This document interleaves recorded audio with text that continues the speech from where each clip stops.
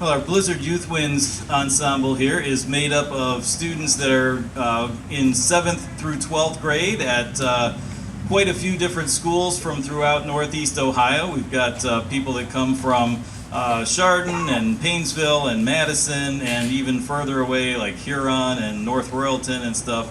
And we all come together. This is our 6th rehearsal of the summer, and we put together a concert in just a very short amount of time. The kids have to really prepare the music on their own, unlike their school bands where they have 42 rehearsals between concerts. We only had 5. So at this, oh yes, thank you.